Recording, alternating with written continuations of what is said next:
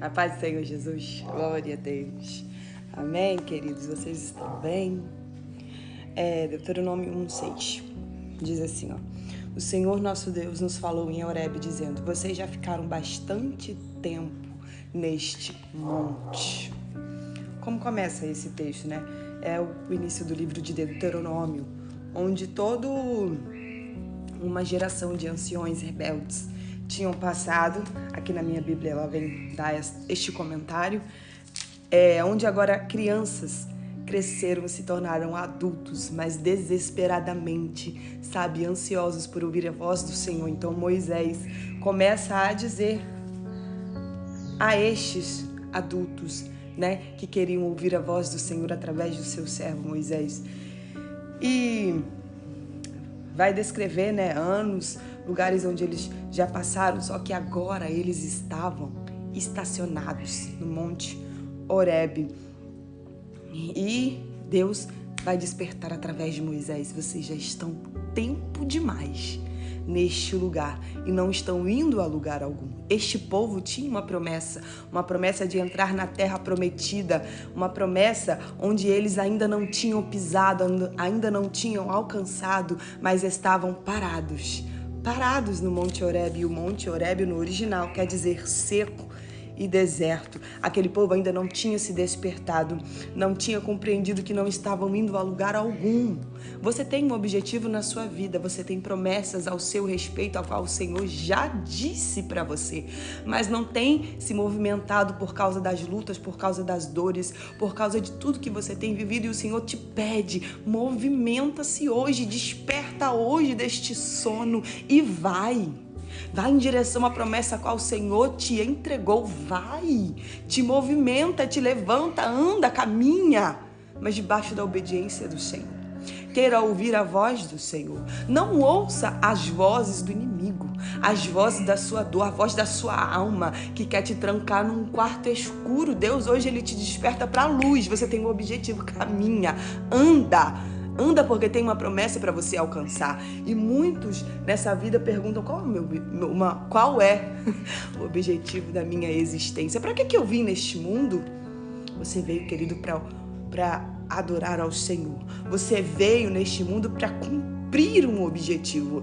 Deus, ele vai dizer a Jeremias: antes que te formasse no ventre, eu te conheci. E antes que saísse da madre, eu te santifiquei. E as nações te dei por profeta.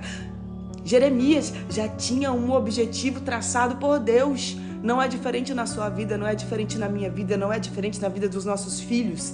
Mas nós temos que ouvir a voz do Senhor e ir na direção a qual Ele determinou. Só que tem muitas coisas que acontecem que nos travam.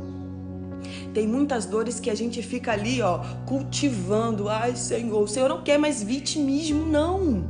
O Senhor quer aquele que tenha fé, mesmo chorando. Vai levar a preciosa semente do Senhor, mesmo chorando, andando e chorando. E você vai ver que quando você obedece, você vai voltar com os seus molhos, você vai voltar carregando todo aquilo que você no percurso foi caminhando e chorando e gemendo aos pés do Senhor. O Senhor, no tempo certo, vai te entregar a promessa, mas você tem que estar em movimento. Movimenta-se, sai deste lugar de deserto, sai dessa procrastinação, sai desta paralisia e anda hoje. Ouve a voz do teu Deus e anda hoje. Vai em busca daquilo que o Senhor determinou. Aquele povo tinha uma promessa, tinha uma terra que manava leite e mel.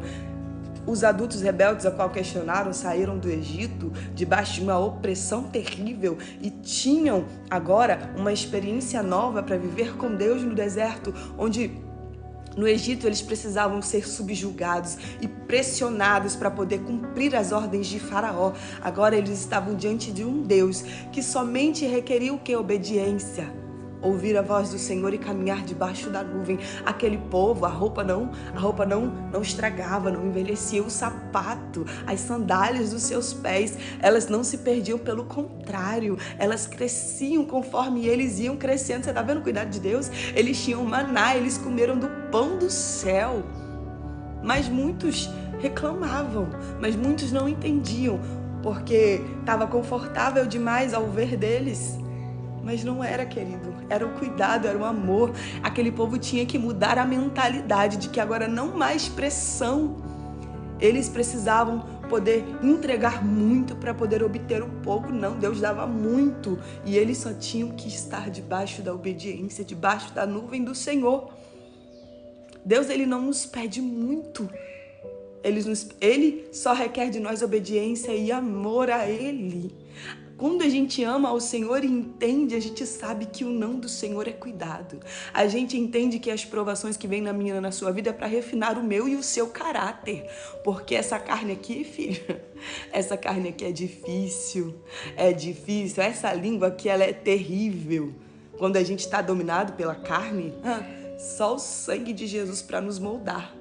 Mas o Senhor é misericordioso, o Senhor me compreende e te compreende. Só que Ele diz, o tempo de estar parado acaba hoje, caminha, vai o objetivo que Ele traçou para a sua vida.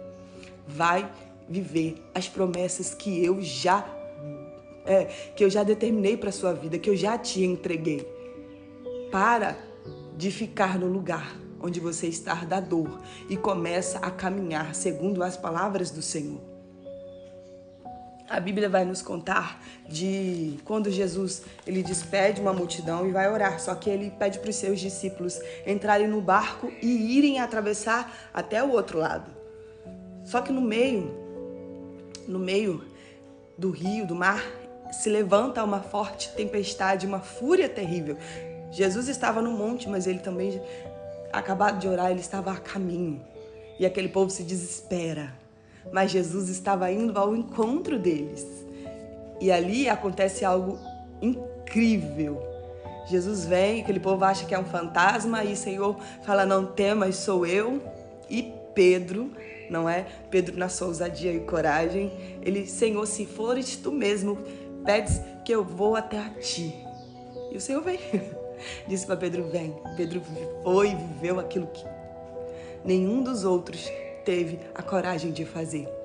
Então Pedro vai, coloca os pés firmes sobre o mar.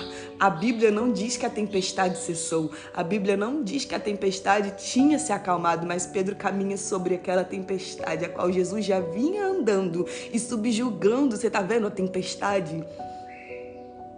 Ela não paralisou Jesus, pelo contrário, Jesus estava caminhando sobre ela. Jesus não ficou parado por causa da tempestade. E Pedro, sobre a palavra, ele andou sobre aquela tempestade. Você tem uma palavra de bênção, você tem uma palavra que Deus vai estar conosco todos os dias. Mas a nossa alma quer pender a dor e ficar parado. Não, querido, caminha, vai em direção a Jesus, porque Ele cuida de cada detalhe da minha e da tua história, da minha e da sua vida. E então, por um determinado momento, Pedro afunda. Por quê? Porque começou a olhar para as circunstâncias, começou a deixar-se levar pelas ondas, pela fúria do mar, pelo vento impetuoso.